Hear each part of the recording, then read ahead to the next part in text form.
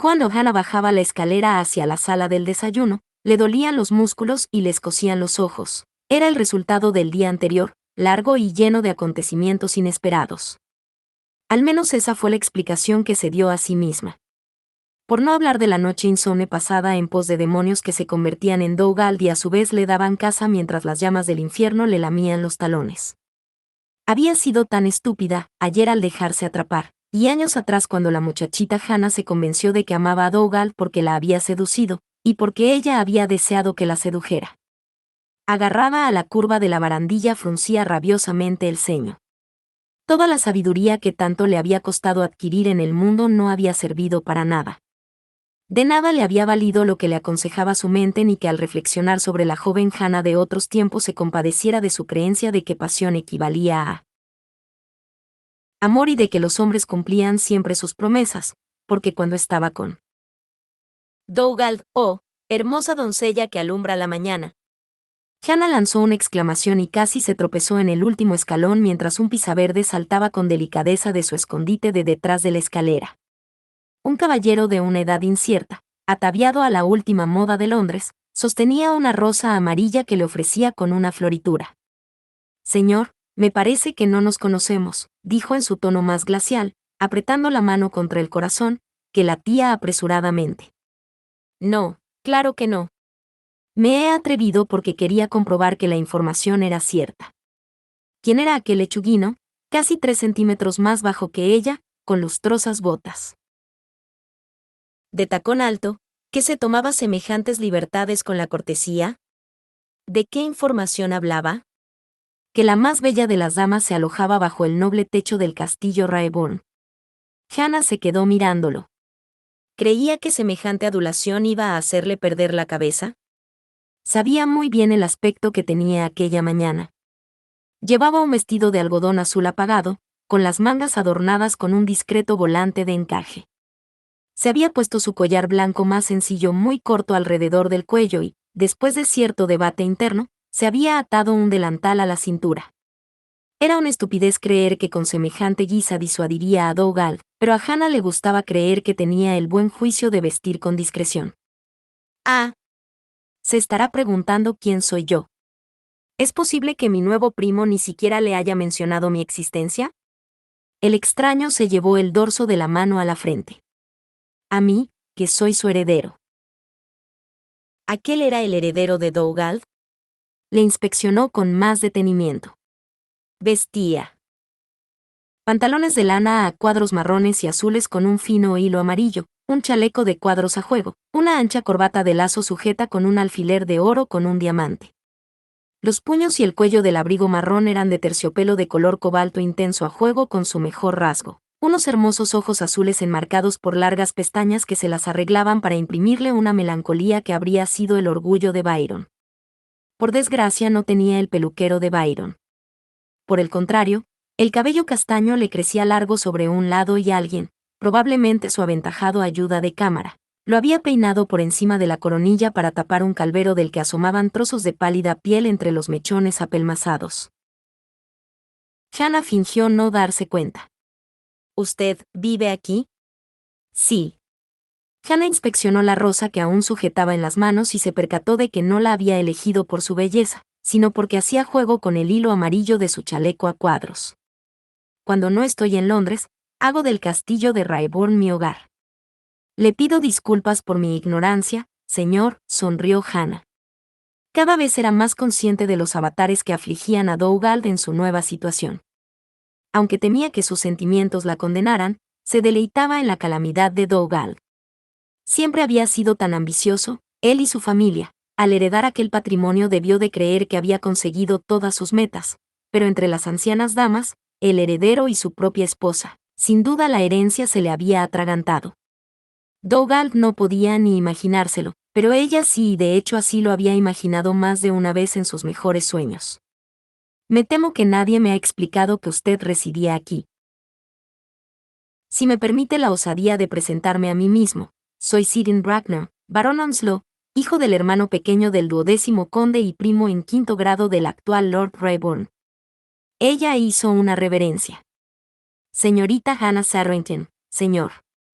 He venido a hacer de dama de compañía de la tía de su señoría, que debe de ser también la suya, presumo. Así que la información es cierta. Volvió a inclinarse ante ella y le tendió la rosa. La más bella de las damas ha venido a morar aquí. Hannah aceptó solemnemente la flor. Me halaga usted, señor, pero soy demasiado prudente para dejarle que me haga perder la cabeza. Consideraré que su interés se debe solo al aburrimiento de un londinense en sus actuales circunstancias rurales. Sus palabras son descorazonadoras. Le ofreció el brazo y ella posó la mano en su manga. En cambio me ha resultado usted cautivadora, pero creo que nunca se mira usted al espejo o se convencería de que mi adulación es sincera. Hannah rectificó su primer juicio. El señor Onslow no era un completo lechuguino, sino un resplandeciente urbanita que sufría el aburrimiento del campo, probablemente debido a motivos económicos. También era, decidió ella, su mayor fuente de distracción en aquella situación insostenible. ¿A dónde me lleva, señor?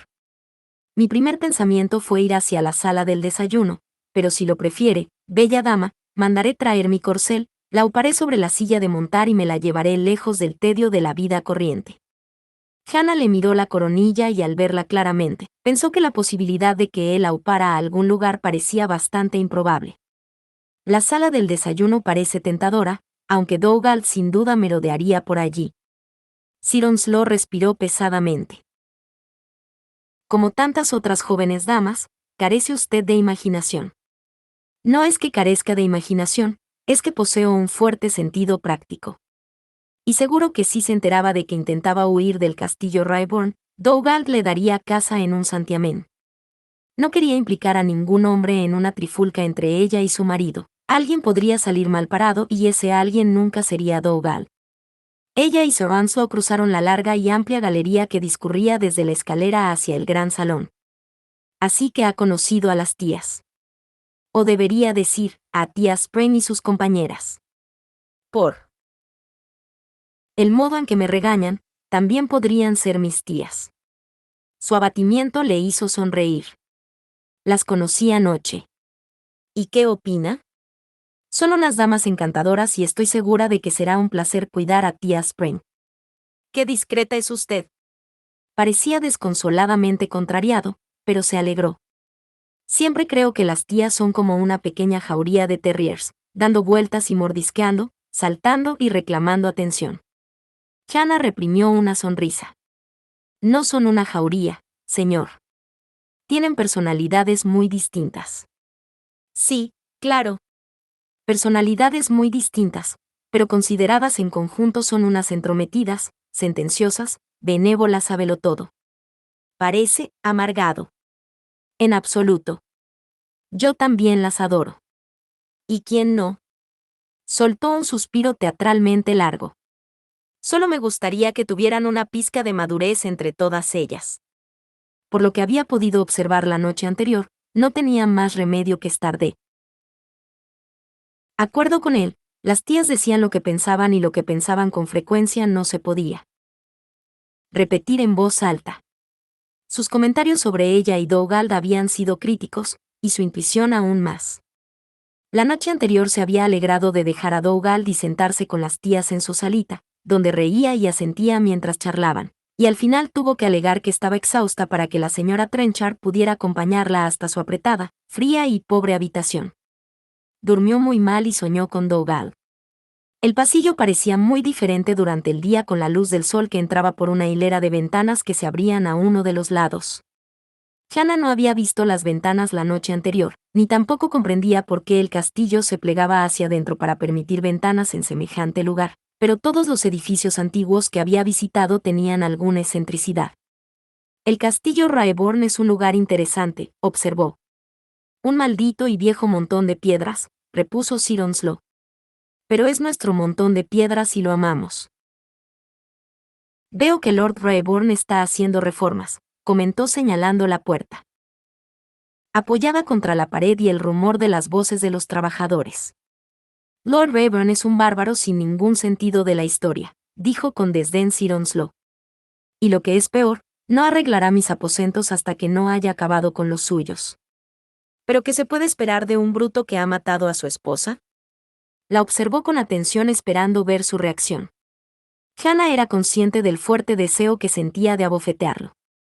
En lugar de ello, se detuvo e hizo gala de su más firme y desaprobadora mirada de institutriz. ¿Lo sabe usted o está difundiendo rumores sin fundamento? Son rumores, por supuesto. Era obvio que Sir Onslow no sentía ni el más mínimo arrepentimiento. Mi querida señorita Setterington, soy de esos hombres a los que uno invita a cenar para comentar los rumores. Un hombre de mi posición no sabe contar anécdotas y chismes o no lo quiere nadie. Ah.